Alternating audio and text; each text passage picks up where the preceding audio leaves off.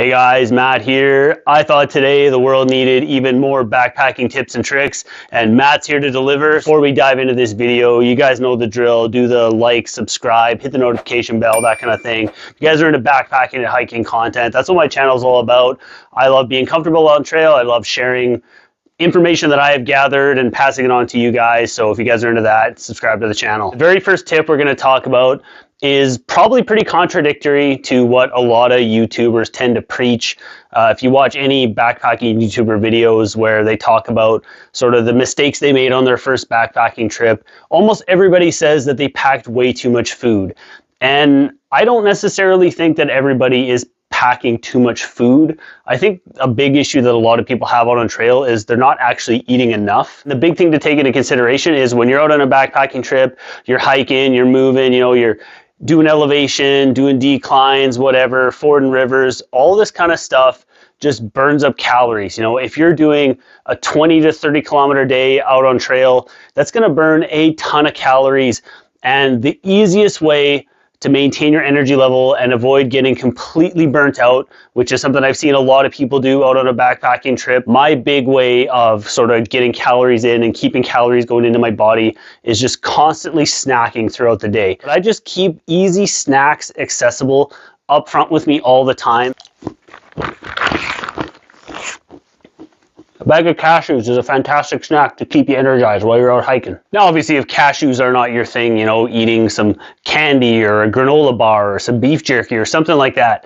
But something that I have done over the years that has really helped me sort of avoid that just complete energy burnout throughout the day is just, like I said, constantly snacking throughout the day. It might help you out. This next tip is going to be for the guys and gals out there who are, either getting into the world of trail runners or have already gotten trail runners and they're looking at getting another pair. It's a question that I see asked on Instagram and Facebook and Twitter and all over the place on social media, and I get asked this a lot in the comment section of my YouTube videos as well. Do I get the Gore-Tex version of these trail runners or the non-Gore-Tex version of them? And the simple answer is always go for the non-Gore-Tex version of the trail runners that you're looking at getting. It's not going to take a very big puddle to get water splashing over the edge, and all of a sudden you've got water inside a Gore-Tex trail runner, and it is never going to dry out. Going with the non-Gore-Tex and non-waterproof versions, the big advantage you're going to have is who cares if your feet get wet, because they're just going to dry out as you hike along. You do a water crossing, you just plow right through with your trail runners,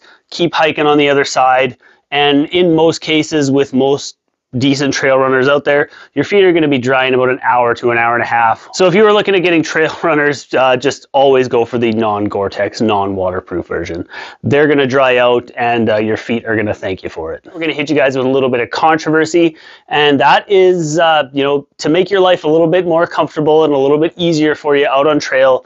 If you want to get out there and do some backpacking, keeping yourself in shape before you hit trail is going to help a ton. Now, I'm not going to sit here and tell anybody that, you need to go hit the gym and you start pumping iron and get yourself jacked and looking like The Rock, because I don't know if you guys can tell, but that is not my thing. Just working out in the gym and banging iron and clanging and banging and iron paradise, just not my thing. Personally, I keep myself in shape primarily with my job. I work in the trades. I have a pretty physical job, so I am pretty physically active when I'm at work.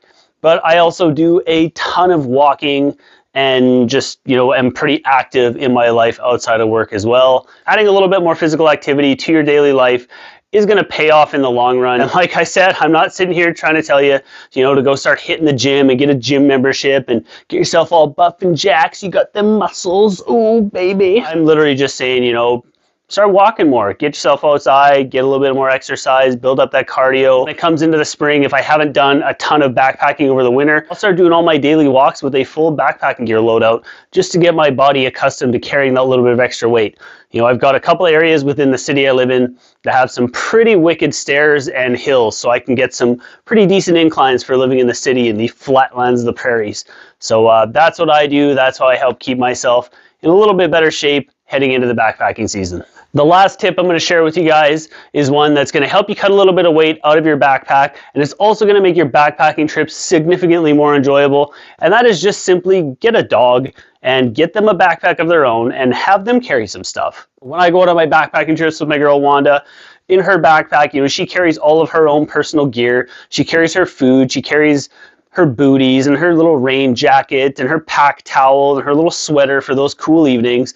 But I also do get Wanda to carry some of sort of our communal gear. You know, Wanda is almost always carrying the first aid kit, and it's not uncommon for me to stick, you know, some of my personal snacks for the day or even my lunch that I'm going to have for the day in Wanda's bag. It just makes it a lot easier for me to get that out, and I'm not rooting through my food bag and pulling everything out of my pack when I decide to stop for lunch.